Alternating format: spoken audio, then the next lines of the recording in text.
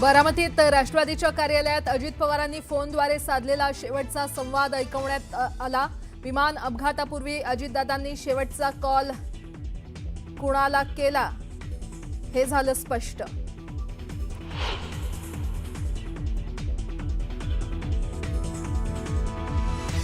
अजित पवारांच्या अपघात प्रकरणी विमान कंपनी VSR व्हेंचर्सच्या विशेष ऑडिटचे आदेश। DGCA नियुक्त विशेष पथक करणार ऑडिट।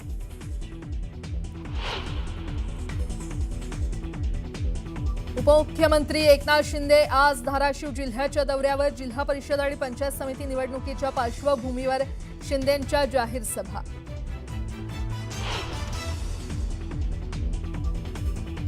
चंद्रपुरात प्रतिभा धानोरकर गटाचा महापौर होण्याचे संकेत। विजय वडेट्टीवार यांचा उपमहापौर होणार। दिल्लीतील बैठकीत तोडगा निघाल्याची सूत्रांची माहिती।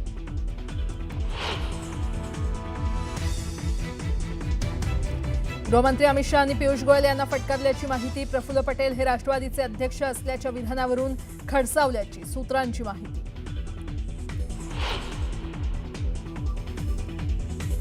जुन्या मुंबई पुणे हायवेवर मुंबईच्या दिशेने जाणाऱ्या मार्गावर मोठी वाहतूक कोंडी। वाहनांच्या लांबच लांब रांगा।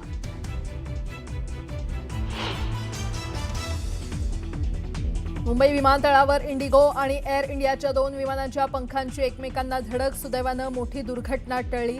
विमानातील प्रवासी सुखरूप।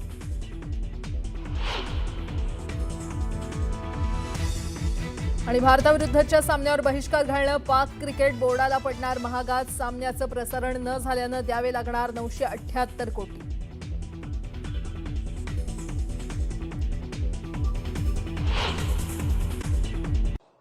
नागरी विमानात असताना सुद्धा किंवा माझ्यासारखे फार काही इम्पॉर्टंट नव्हतो मी किंवा त्या लँडिंगच्या टायमिंगला मला फोन करावा किंवा काय, पण तरी प्रत्येक मेसेजला फोन करण्याचं किंवा प्रत्येकाला रिप्लाय देण्याचं त्यांचं जे स्वभाव आहे त्याच्यानुसार त्यांनी तो लास्ट कॉल 8:37 केला। काय नेमका संवाद झाला? ऍक्च्युअल एक विषय होता, त्याच्याविषयी आम्ही थोडंसं बोलत होतो। तर मी सांगितल्यानंतर त्यांनी फक्त मेसेज केला आणि त्याच्यावरती त्यांनी लगेच फोन केला की बाबा मी सगळ्यांना जाती धर्माला सगळ्यांना बरोबर घेऊन जातो आणि आपण सगळे एकत्र राहतोय, तर ह्याच्यावरती तू निवांत राहा, सगळ्यांना न्याय देण्याचं आपण नक्की काम करू। किती वेळ संवाद झाला तुमचा? 1 मिनिट। 1 मिनिटाचं बोलणं। हो।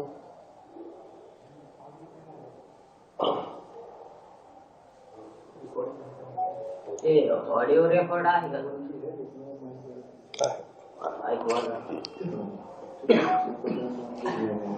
कॉल रेकॉर्ड ऐकायचा विषय आमचा हा आहे की दादा अगदी फ्लाईट मध्ये असताना ज्यावेळेस ते रेंज मध्ये आले त्यावेळेस देखील एखादा सर्वसामान्य कार्यकर्त्यांनी जरी त्यांना संपर्क करायचा प्रयत्न केला तरी ते रिस्पॉन्ड कसे करत होते किंवा त्यांची भावना काय असायची त्या एखाद्या मेसेजवरनं किंवा विषय तत्परतेने त्या कार्यकर्त्याशी बोलायच्या संदर्भात।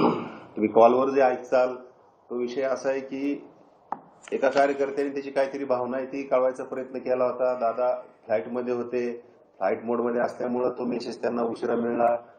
आमचं असं म्हणणं आहे की दादा ज्यावेळेस एक सर्टन रेंज असते हाईटची त्याच्या खाली आले असतील, फ्लाईट मोडमधनं ते कनेक्शन लागले असेल फोनचं, त्यांनी तो मेसेज रीड केला आणि त्यांना विमानातनच कार्यकर्त्याला संवाद करूशी वाटला। तो संवाद काय आहे तो आपण ऐकला। 2-3 वेळा प्ले करायचे असं मला माहिती नसतं, काही नसतं, काहीतरी आम्ही पण सगळ्या जाती धर्माला बरोबर घेऊन जातो बाळा। आहे दादा, मध्ये मला जे वाटलं ते मी तुमच्यासाठी परंतु तसं नाही। आपल्याला मदत बरोबर आहे, परंतु त्याच्यात माळीच्या ज्याला मी जिल्हा परिषदेची उमेदवारी आता सुप्या गटातनं दिलेली आहे, तिथं ओबीसीच रिझर्वेशन होतं, बाकीच्यांनी दिलं नाही, ते तर पक्षाने दुसरेच दिलेले, त्या पद्धतीनं आपण केलेलं आहे। ओके, चालेल दादा, तुम्हाला जो योग्य वाटतं तो निर्णय अंतिम झाला। थँक्यू।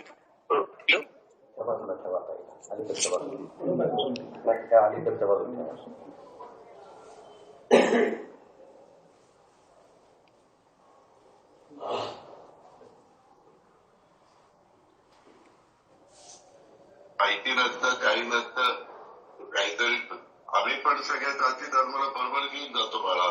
आहे दादा म्हणजे मला जे वाटलं ते मी तुमच्या म्हणजे मान्य आहे, परंतु त्याच्यात तसं नाही.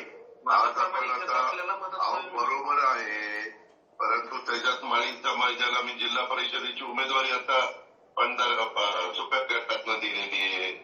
इथं ओबीसी रिझर्वेशन तर बाकीच्यांनी दिलं नाही, इतर पक्षांनी दुसरेच दिलेले.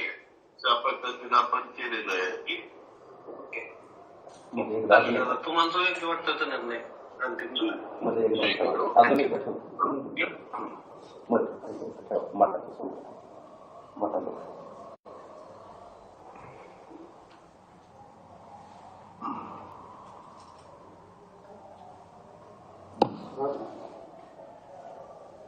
नसतं, काही नसतं, काहीतरी आम्ही पण सगळ्या जाती धर्माला बरोबर घेऊन जातो बाळा. आहे दादा म्हणजे मला जे वाटलं ते मी तुमच्यासाठी म्हणजे मान्य आहे, परंतु त्याच्यात तसं नाही. आज आपण आता बरोबर आहे, परंतु त्याच्यात माळी समाजाला मी जिल्हा परिषदेची उमेदवारी आता 15 सोप्या गटातनं दिलेली आहे.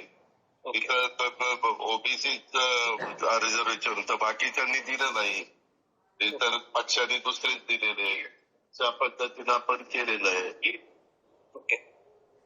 चालेल दादा, तुम्हाला जो योग्य वाटतं तो निर्णय अंतिम ठीक आहे, ओके. थँक्यू. यामध्ये असा प्रश्न आहे की तुम्ही म्हणता की दादांना मेसेज केला आणि त्यानंतर दादांचा मला संपर्क झाला.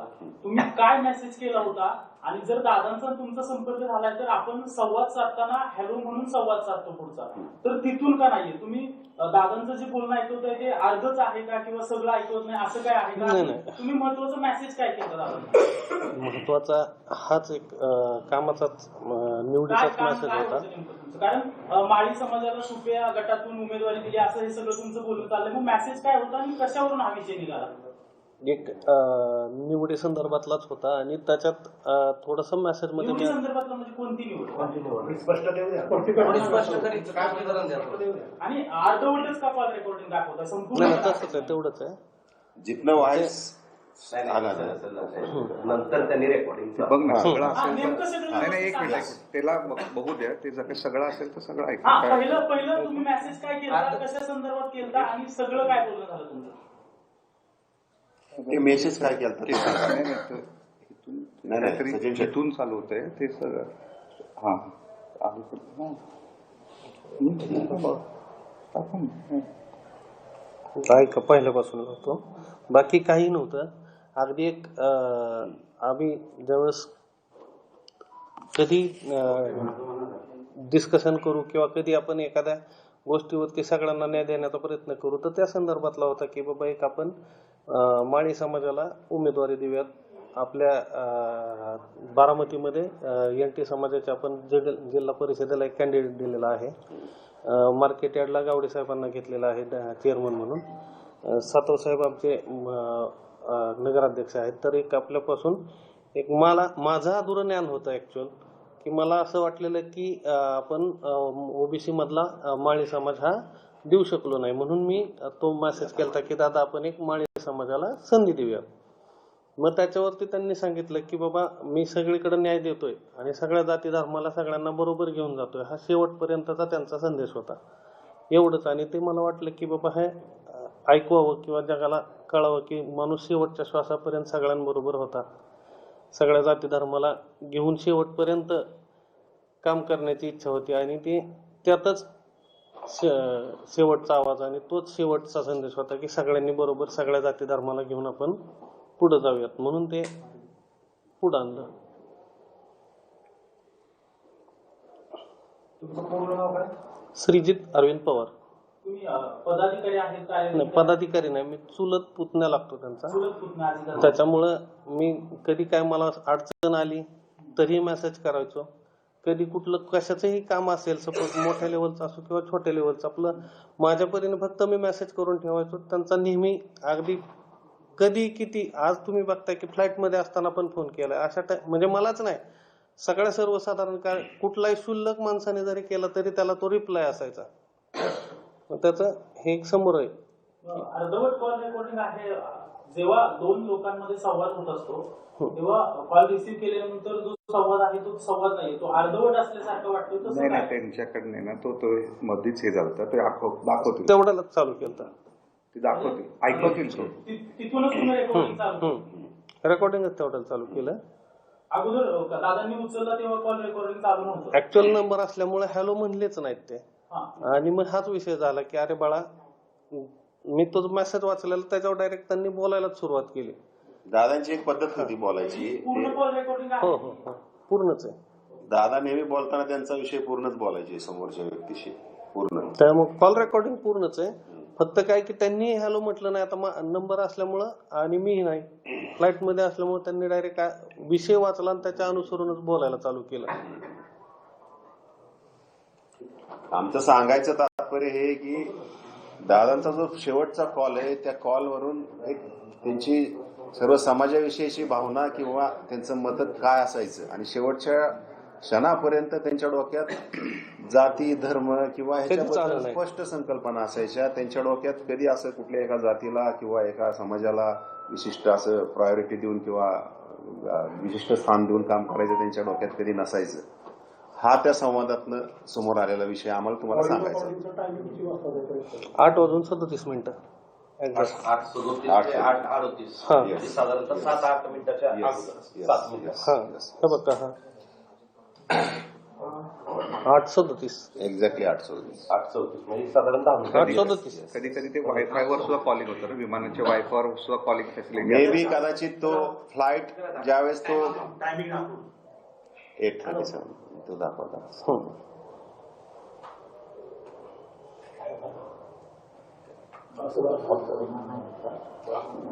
कदाचित ह्या टायमिंगवरनं असं दिसतंय की पहिला प्रयत्न केला लँड करायचा त्यावेळेस अगदी स्ट्रीपच्या जवळ येऊन फ्लाईट परत गेलं होतं आणि एक रोटेशन करून परत आलं होतं.